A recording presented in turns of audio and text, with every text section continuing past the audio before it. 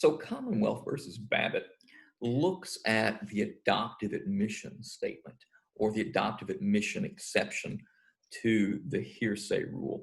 So much like when a party says something him or herself, and that statement can be used against the party, when someone else makes a statement and the party or one of the parties says, yes, that's right, or I agree with that, or something to the effect, then of course that statement can be admitted against the party as well. And here's the really complicated wrinkle, or I guess not so complicated, but more difficult to apply. If someone says something that incriminates another person, like, Bob and I robbed the bank tonight, and Bob says nothing. If these are circumstances in which we would expect Bob to say, no, that's not right, we didn't rob a bank, then we can offer the fact that Bob was silent in the face of an accusatory statement or a statement that implicates him in something that we would think provoke a response as evidence that Bob did in fact rob the bank. We can bring that in as an adoptive admission. So in the case we look at in Commonwealth versus Babbitt, obviously there's some sort of really strong feud between the people in rooms 9 and 10, and it seems to have something to do with a great deal of racial animosity. And so, things get very heated, and Babbitt and Rosato end up beating to death one of the guys in the other room. And so Rosato, Rosato, these are both, folks who've committed a horrible murder. And Rosato can't be quiet about it. There are a variety of people that Rosato tells this story to.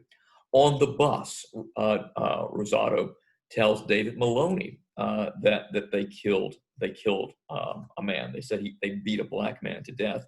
And Rosato says, I've told 100 people about this, and I'm surprised I haven't been arrested.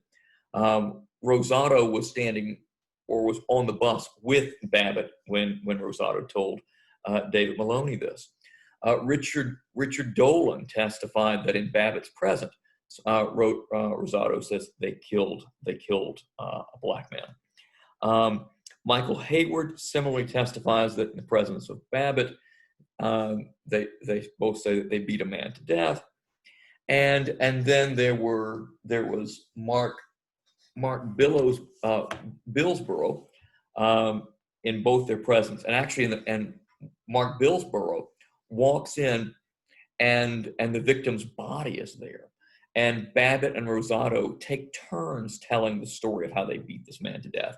In all the other stories, Rosato just said, Babbitt and I did this, or I did this, and Babbitt was silent.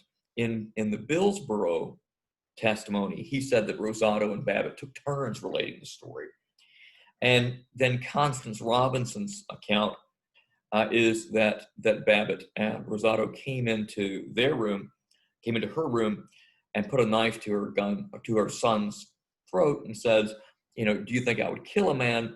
I've already killed a black man.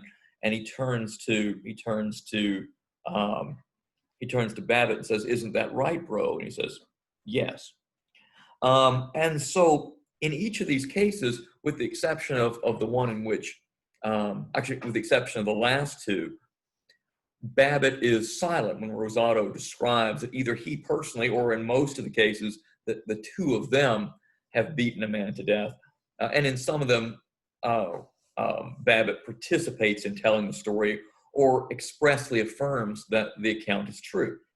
So the latter ones are easier. It's easier when he says, yes, that's true, or when he engages in the storytelling with Rosato. But the other ones are a little bit harder, and the court in the Babbitt case says that we are more cautious in admitting adoptive admissions by silence.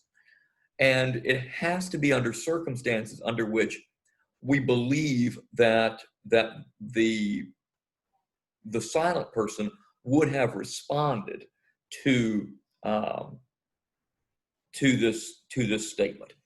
And in each of these cases, the court says, look, these were extraordinarily strong accusations or extraordinarily strong statements that implicated Babbitt in, a horrible murder. And if that weren't true, Babbitt would have objected. So the court in Babbitt says this case has both types of adoptive admissions under 801D, D1B. It has both the express adoption, yes, yes, that's what we did, or the express adoption in the co-telling of the tale. But it also has the more difficult one where Babbitt is silent when Rosado says, this is what we did, and Babbitt says nothing. But the accusations here are so outrageous and so awful that if that weren't true, then Babbitt would have spoken up, or by not speaking up, we are allowed to infer that he has adopted the statement that Babbitt has made. Now, contextually, you should look at cases to determine whether, even though the person is saying something outrageous, if the person would speak up and deny it. Let's say that a boasting of a killing wasn't done to, perfectly innocent people or to, some random guy on a bus, but instead, in a Hell's Angels meeting in a bar, or in a mafia meeting in a secret basement somewhere. In those circumstances where one person attributes a killing to the other, you might say, look, these are bizarre circumstances where it might actually be dangerous to your health to speak up and say, look, I'm not responsible for this crime that's been identified. But none of these look like those types of settings, and those types of settings will be somewhat rare. But the key point to take away from this is that silence is enough to adopt an outrageous claim someone else has made about you, if these are circumstances that suggest you would have spoken up to contest the claim. And the context of where you are is highly relevant in assessing that. In none of the accounts in the Babbitt case do we have an example where we wouldn't expect someone to speak up and say, look, no, that's not what happened. I didn't do this thing that's being alleged. But you could imagine those contexts. And so be careful, be on the lookout for the circumstances when it might be the case that silence is not something that we could reasonably infer to be an adoptive admission of a statement that someone else uses to describe what the silent person has done. So that's adoptive admissions, two kinds: express adoptions and implicit adoptions. The express, I agree, we did that, I agree with what you just said. Or the implicit, the silence in the face of something that we would, in the context, expect the speaker to respond to, or the non-speaker to respond to, if the allegation of the statement were not true.